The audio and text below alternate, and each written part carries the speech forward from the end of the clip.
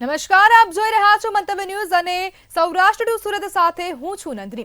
સમાચારોની શરૂઆત કરીશું, જેમાં જૂનાગઢથી સમાચાર સામે આવી રહ્યા છે, જેમાં મહેશગીરી બાપુના હરિગીરી બાપુ પર આક્ષેપો કરવામાં આવ્યા છે। ભવનાથ મહાદેવ મંદિરમાં જલાભિષેક કરીને સંકલ્પ પૂર્ણ કર્યો છે, જ્યારે મંદિર સંદર્ભે ચાલી રહેલા વિવાદ વચ્ચે મહેશગીરી બાપુનું નિવેદન સામે આવ્યું છે।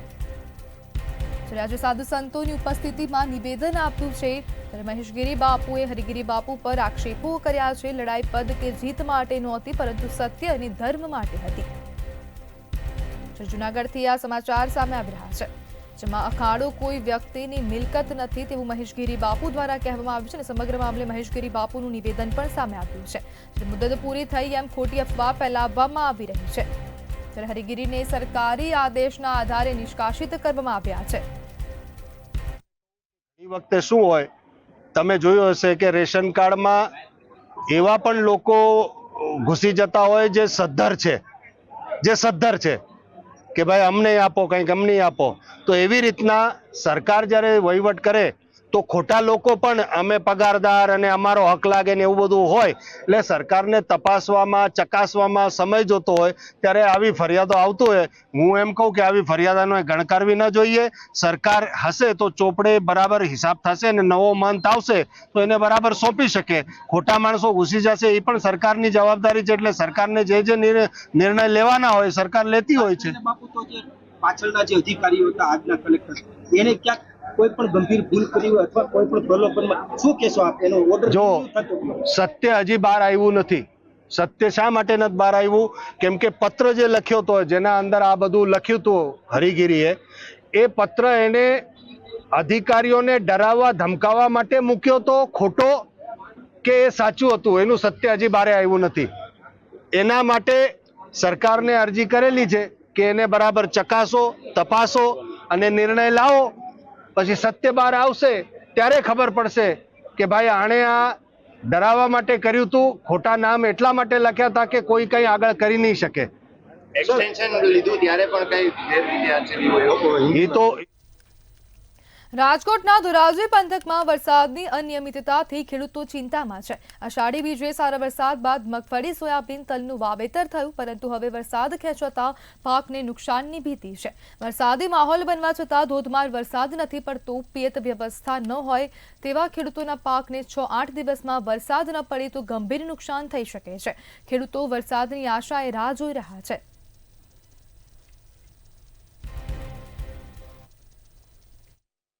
તકલીફ વધારે પડે એવી છે। મગફળી છે, સોયાબીન છે, કપાસ છે, એ બધાને વરસાદની જરૂર છે। 7-8 દિવસમાં વરસાદ થઈ જાય તો સારું છે, નકર હાલત ખેડૂતની કફોડી થઈને પિયત ચાલુ કરવો પડે। જગ્યાએ 6-7 હજાર રૂપિયા ચડી ગયા છે માણસોની મજૂરી છે, ખાતર, દવા, બિયારણ માટે વાદળો બંધાય છે પણ વરસાદ થતો નથી કાયદેસરનો। ઝાપટા ઝૂપટી આવીને વયો જાય છે। વરસાદ ન આવે તો કેવી પરિસ્થિતિ? તો હાલત કફોડી થાય। મોલ નાનો છે, વરસાદની ખાસ જરૂર છે। અત્યારે અહીંયા સોયાબીનના પાકમાં અમે અષાઢી બીજ ઉપર વરસાદ સારો થયો એટલે વવાઈ ગયા છે। તે પછી એક વરસાદ થયો છે, પછી હાવ ગયો। અત્યારે વરસાદની બહુ ખાસ જરૂર છે, બધા પાકમાં અત્યારે ખાસ જરૂર છે। ધારો કે માંડવી છે, અત્યારે હુયા બેહવાનો ટાઈમ છે, સોયાબીનમાં ફાલ આવવાનો ટાઈમ છે, છતાં વરસાદથી રાહ જોઈ રહ્યા છીએ અને વરસાદ ખૂબ જ જરૂરી છે। જસદણના જૂના બસ સ્ટેન્ડ નજીક નવું કાળિયો પુલ કરોડો રૂપિયાના ખર્ચે બનશે, જેનું ભૂમિપૂજન કેબિનેટ મંત્રી કુંવરજી બાવળિયાના હસ્તે કરવામાં આવ્યું હતું। પુલ જર્જરિત હાલતમાં હોવાથી તંત્ર સફાળું જાગ્યું હતું, જ્યારે સ્થાનિક લોકોની હાલાકી ભોગવવાનો વારો ન આવે તેને ધ્યાનમાં લઈને કુંવરજી બાવળિયાએ તાત્કાલિક જ પુલ બનાવી આપવાની જસદણ નગરપાલિકાને સૂચના આપી દીધી હતી। કોન્ટ્રાક્ટર દ્વારા 6 મહિનામાં નવો પુલ બનાવી આપવામાં આવશે। કાળિયા પુલની સાથે ભાદર નદીના કાંઠે બનાવેલ રિવરફ્રન્ટનું પણ ભૂમિપૂજન કરવામાં આવ્યું હતું। આ કાર્યક્રમમાં જસદણ મામલતદાર, શહેર પ્રમુખ, ભાજપના કાર્યકરો સહિત નાગરિકો ઉપસ્થિત રહ્યા હતા। જસદણ નગરપાલિકા વિસ્તારની અંદર લાતી પ્લોટ બ્રિજ, જેને કાળિયા બ્રિજના નામે, જે વર્ષો પહેલાં આ બ્રિજ બનેલો, કેટલાક સમયથી આ બ્રિજ ઉપયોગ કરવા લાયક એટલે જર્જરિત થયો છે। એને નવો બનાવવા માટેનું અમે નગરપાલિકાની ચૂંટણી વખતે વચન આપેલું, એ આ બ્રિજ લગભગ 3 કરોડના ખર્ચે, જેનું આજે અમે સૌ અમારા નગરપાલિકાના પદાધિકારીઓ અને અધિકારીઓની ઉપસ્થિતિમાં ખાતમુહૂર્ત કર્યું છે. એ જ પ્રમાણે આમાં ગામમાંથી પસાર થતી ગોમા નદી ઉપર જે રિવરફ્રન્ટ, જે અમે લગભગ 5.5 કરોડના ખર્ચે એનું પણ સાથે ભૂમિપૂજન કર્યું છે.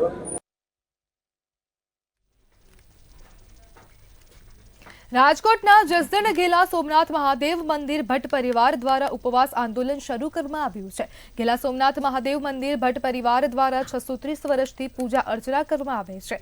ભટ્ટ પરિવારને સોમનાથ મહાદેવની પૂજા અર્ચના કરવા ભારોભાર અન્યાય થયા હોવાનો આક્ષેપ કર્યો હતો અને જસદણ પ્રાંતે નિર્ણય કર્યો તે માન્ય નથી, જેને લઈ આજે સોમનાથ મંદિર ખાતે ઉપવાસ આંદોલન શરૂ કરાયું છે તેમજ કલેક્ટરને આવેદનપત્ર આપવામાં આવ્યું છે.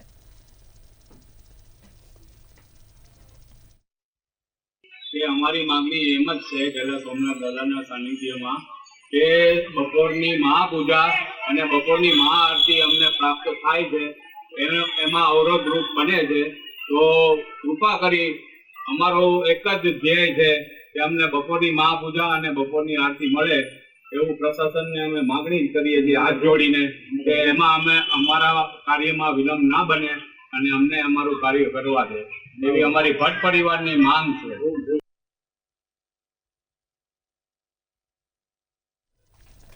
સુરેન્દ્રનગરના ચોટીલા પ્રાંત અધિકારી પર આરોપ લાગવામાં આવ્યો છે. ચોટીલા એસડીએમ પર શ્રમિકોને માર મારવાનો આક્ષેપ કરવામાં આવ્યો છે. 29 જુલાઈના રોજ દરોડા દરમિયાન શ્રમિકોને માર મારવામાં આવ્યો છે. દરોડામાં ખાણમાંથી મજૂરોને બહાર કાઢીને માર મરાયો હતો. એસડીએમ અને અન્ય કર્મી દ્વારા માર મરાયો હોવાનો આરોપ લગાવવામાં આવ્યો છે. 4 થી 5 મજૂરોને પ્લાસ્ટિકની પાઇપ વડે અને શ્રમિક ગર્ભવતી મહિલાને પણ લાત મારી હોવાનો આક્ષેપ કરાયો છે. માર માર્યા બાદ શ્રમિક મહિલાને હોસ્પિટલ ખસેડવામાં આવી હતી. ડીસે સાહેબે માર્યા ને પછી એમના માણસે માર્યા. 20 મજૂર હતા, બધાને માર્યા 3 ધોકા. કે પાઇપ હતા પછી નળી હતી? નરી હતી. ટ્રાપ કહેવાય. કોલસીની ખાણમાંથી ને 20 જેવા મજૂરો હતા ખાણમાં, અમને બધાને બહાર કાઢીને માર્યા છે ડીસી સાહેબે, અને હું એમાં ભેગો હતો. 20 જણા હતા, બધાને માર્યા છે. मेरा नाम है पिंटू, मैं एमपी से हूँ. हम दोरिया गांव में काम कर रहे थे खानों में, कोयले की खान में. तो डीसी साहब और उनके आदमी आए थे, हम सब अंदर थे तो हमको बाहर निकाला और फिर सब मजदूर को मारा है. तो मेरी पत्नी बाहर थी, उसको लात भी मारी 2, और मेरी पत्नी प्रेग्नेंट है. तो उस बच्चे को कुछ भी हो गया तो उसकी जिम्मेदारी कौन लेगा? परमती हमें खान में काम करवा गया था धोरिया, तो कपड़े सड़ने नली काटता था. ये वहाँ थी डीसी साहब ने माड़ा ने बदा आया. હું ભાગીને જતી હતી, એ હોન્ડા લાઈનમાં વાહે પડ્યા તો મને બધાને માર્યા ને મને લાત દીધી 2 વાહેથી. તો હું પડી ગઈ, મને પેટમાં લાગ્યું. પ્રમદી રાતે ધોરિયા ગામે મજૂરી કામ કરવા ગયા હતા. અમે કોલસાની ખાણમાંથી કાઢીને ડીસી સાહેબે ધૂર મારવામાં આવી.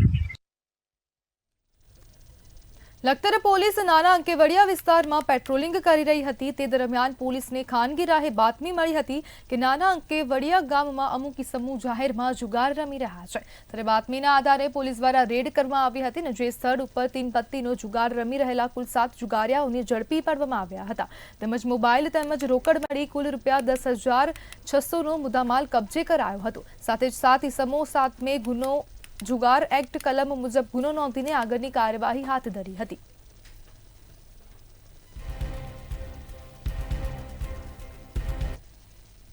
સુરતના લિંબાયત વિસ્તારમાં હત્યાનો મામલો સામે આવતા ચકચાર મચી જવા પામી છે. સુરત ક્રાઇમ બ્રાન્ચે પાંડેસરા વિસ્તારમાંથી મહિલા આરોપીની ધરપકડ કરી વધુ કાર્યવાહી હાથ ધરી છે. 2006માં એક યુવક સાથે નજીવી બાબતે ઝઘડો થતા મહિલા આરોપી અને તેના પતિએ હત્યા કરી હતી. ફરાર આરોપીનો કબજો પોલીસને સોંપવા ક્રાઇમ બ્રાન્ચે તજવીજ હાથ ધરી હતી. અગાઉ પોલીસે મહિલાના પતિની ધરપકડ કરી હતી અને જ્યારે મહિલા આરોપીને 20 વર્ષે પોલીસે રંગે હાથ ઝડપી લઈ મોટી સફળતા હાંસલ કરી હતી.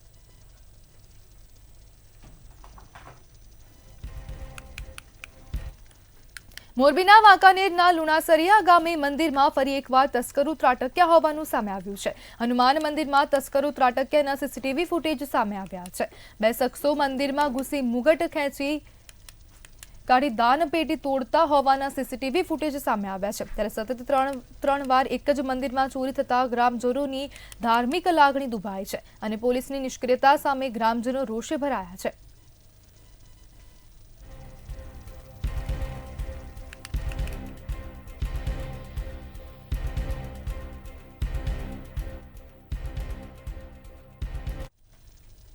ભાવનગર પ્રાથમિક શિક્ષણ સમિતિની અનેક શાળાઓમાં શિક્ષકોની ઘટ છે. તેમ છતાં શિક્ષકોને શિક્ષણ સિવાયના સરકારના અન્ય કામોમાં જોડાવવામાં આવી રહ્યા છે, જેના કારણે બાળકોનું શિક્ષણ પ્રભાવિત થઈ રહ્યું છે. અનેક શાળાના 50% શિક્ષકોને BLOની કામગીરીમાં જોડવામાં આવ્યા છે.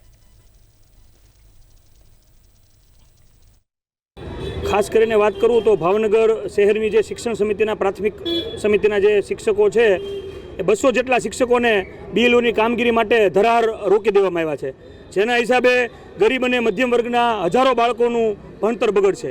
તો સમગ્ર ઘટના એવી હોય કે કોઈ પણ શિક્ષકે BLOની કામગીરી 3 વર્ષ કરી હોય તો પછીના વર્ષે સ્વૈચ્છિક પોતે છૂટા થઈ શકતા હોય છે, પણ આમાં 15 વર્ષથી કામગીરી કરતા હોય એને પણ ધરાર લેવામાં આવ્યા છે. એટલે અમે આજરોજ શહેર કોંગ્રેસ સમિતિ વતી માનનીય કલેક્ટર સાહેબશ્રીને રજૂઆત કરી. ચૂંટણી કાર્યમાં 520 જણાની સરકારને જરૂર હતી, પણ કમનસીબે ભાવનગરમાં શિક્ષણ સમિતિની નગર પ્રાથમિક શાળા છે, એમાંથી 200 શિક્ષકોને જવાબદારી સોંપી તો આપણે સ્કૂલો બંધ કરી દેવાની છે.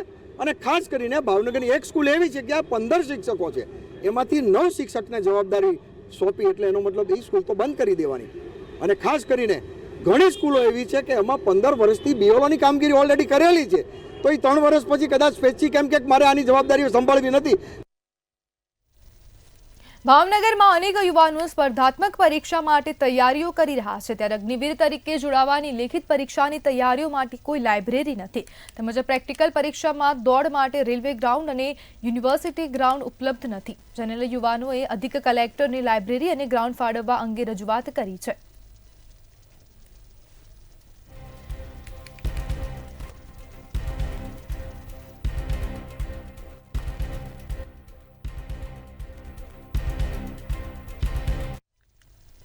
ભાવનગર શહેરના વડવા વિસ્તારમાં 2 દિવસ પહેલા ભાજપ ઉપપ્રમુખ નીતિન રાઠોડ પર થયેલા હુમલાના ગુનામાં પોલીસે 3 આરોપીઓને ઝડપી લીધા છે. નીતિન રાઠોડે નીલમબાગ પોલીસ મથકે વડવા વિસ્તારમાં દારૂના ધંધા અને ફરિયાદ કરી હતી, જેના કારણે કેટલાક ઇસમોએ તેમને રોકીને ઝઘડો કરી માર માર્યો હતો. હુમલામાં ઘાયલ નીતિન રાઠોડને હોસ્પિટલ ખસેડવામાં આવ્યા હતા.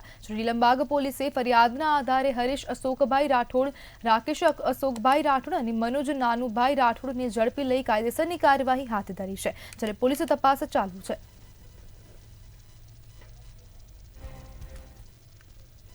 ભાવનગરના અકવાડા અધેવાડા વિસ્તારો આજે પણ પ્રાથમિક વિકાસના વાયદા નીચે દટાયા છે. ચોમાસા દરમિયાન સતત વરસતા વરસાદે સોસાયટીઓમાં ગોઠણ જેટલું પાણી ભરાઈ જાય છે.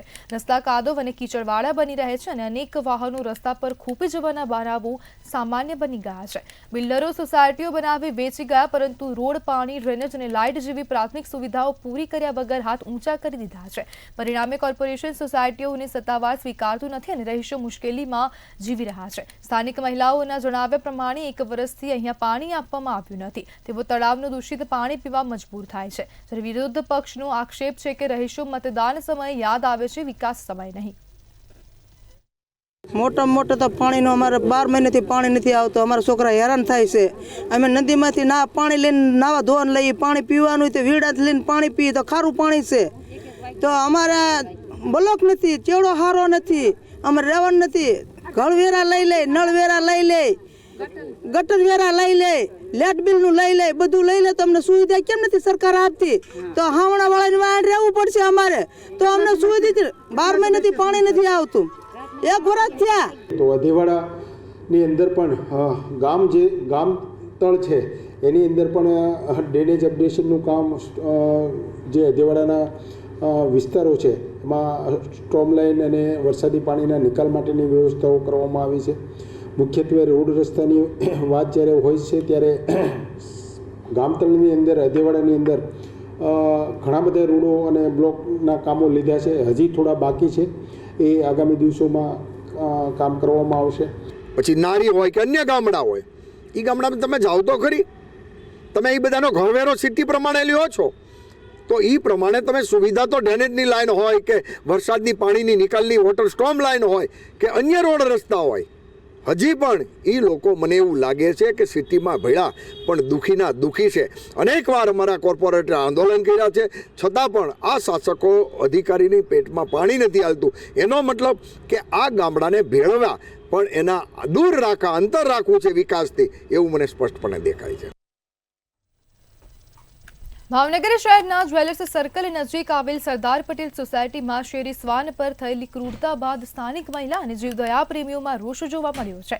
સ્થાનિક રહેવાસી 2 શખ્સોએ લાકડાના ધોકા વડે શેરી શ્વાન પર હુમલો કર્યો હતો. હુમલામાં શ્વાનની એક આંખ ફૂટી ગઈ હોવાનું સામે આવ્યું છે. આ ઘટના દરમિયાન એક સ્થાનિક મહિલા અને તેની દીકરીએ શ્વાનને બચાવવાનો પ્રયાસ કર્યો હતો. આ દરમિયાન આરોપી બંને શખ્સોએ મહિલાની મર્યાદા પણ ભંગ કરી અને તેને ધક્કો માર્યો હતો. આ ઘટનાના પગલે સ્થાનિક મહિલાએ જીવદયા પ્રેમી અને એનિમલ ની મદદથી બોર તલાવ પોલીસ મથકે અરજી નોંધાવી છે. શેરી શ્વાન પર ક્રૂરતા કરનાર શખ્સો સામે કાયદેસરની કાર્યવાહી કરવામાં આવે તેવી માંગણી કરવામાં આવી છે. કૂતરાને મારવામાં આવ્યું છે અને એ હાલતમાં એને કરી નાખ્યું છે અત્યારે કે કદાચ આજની રાત જીવશે પણ નહીં અને લોહી લુહાણ કરી નાખ્યું છે અને એવું કહે છે કે અમે એને મારી નાખશું અને ફેંકી આવશું. તો મારે કોર્ટને, પોલીસને, કલેક્ટર સાહેબને તમામને આ વિનંતી છે કે આવા બનાવોને અટકાવો. લોકો છેલ્લે એવું કહીને ઊભા રહી જાય છે કે અમારા બાળકોને બાઇટ કરે છે, તો બાઇટ કરે છે તો એનો રસ્તો કાઢો. એને મારી નાખવાની કે મારવાની આપણને કોઈને અધિકાર નથી. આપણા શાસ્ત્રોમાં પણ ક્યાંક ને ક્યાંક લખ્યું છે.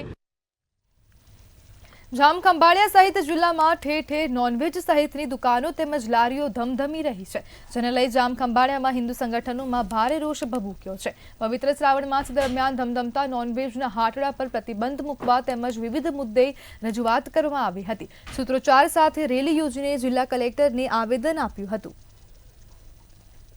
આપણા શ્રાવણ માસ દરમિયાન શ્રાવણ માસના પ્રથમ દિવસે જ આપણા પંથક દેવભૂમિ દ્વારકા જિલ્લામાં ગૌમાંસ પકડાણું.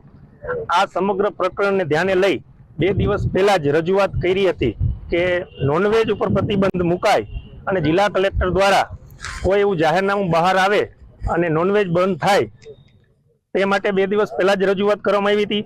કોઈનો ધંધો લારી કોઈનો બંધ થાય એવું કોઈ અમે ઈચ્છતા નથી, પરંતુ ભાઈચારો બહુ થઈ ગયું. ભાઈચારો જો બધો સમજતા હોય તો એ લોકોએ સ્વસ્થાએ પોતાનો ધંધો રોજગાર બંધ કરી અને ભોળા ભગવાનની ભક્તિમાં લીન થઈ જવું જોઈએ.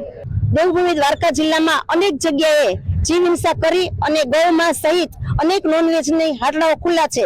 આ હાટડાઓ ચાલુ રહેતા સમગ્ર હિન્દુ સમાજમાં આક્રોશ વ્યાપી ઉઠ્યો છે.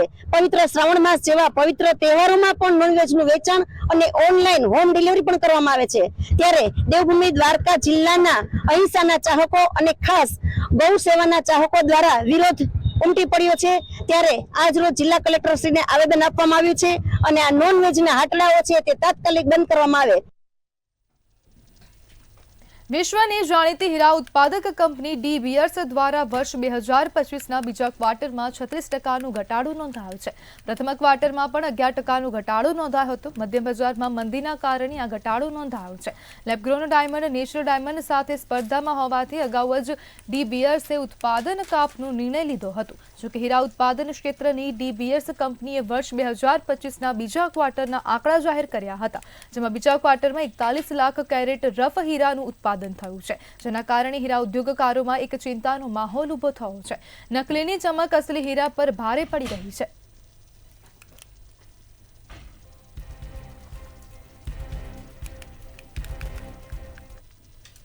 રાજકોટ શહેરમાં વધુ એક હત્યાની ઘટના સામે આવી છે. માલવીયાનગર પોલીસ સ્ટેશન વિસ્તારમાં આવેલ ખીજડાવાડા રોડ પર ખુલ્લા પ્લોટમાં પરપ્રાંતીય શખ્સની બોથડ પદાર્થના ઘા ઝીકી હત્યા કરવામાં આવી હોવાનું સામે આવ્યું છે.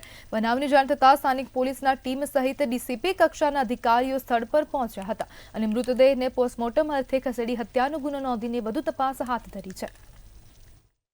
ये भी मालूम नहीं कहाँ रहता था, इतना मालूम है कि मैं मौरी चौकी पर रहता है, निकुल भाई के यहाँ काम करता था. निकुल भाई कितनी उम्र है ये मृतक की और क्या काम करता था? खबर कैसा कितनी उम्र है इसका?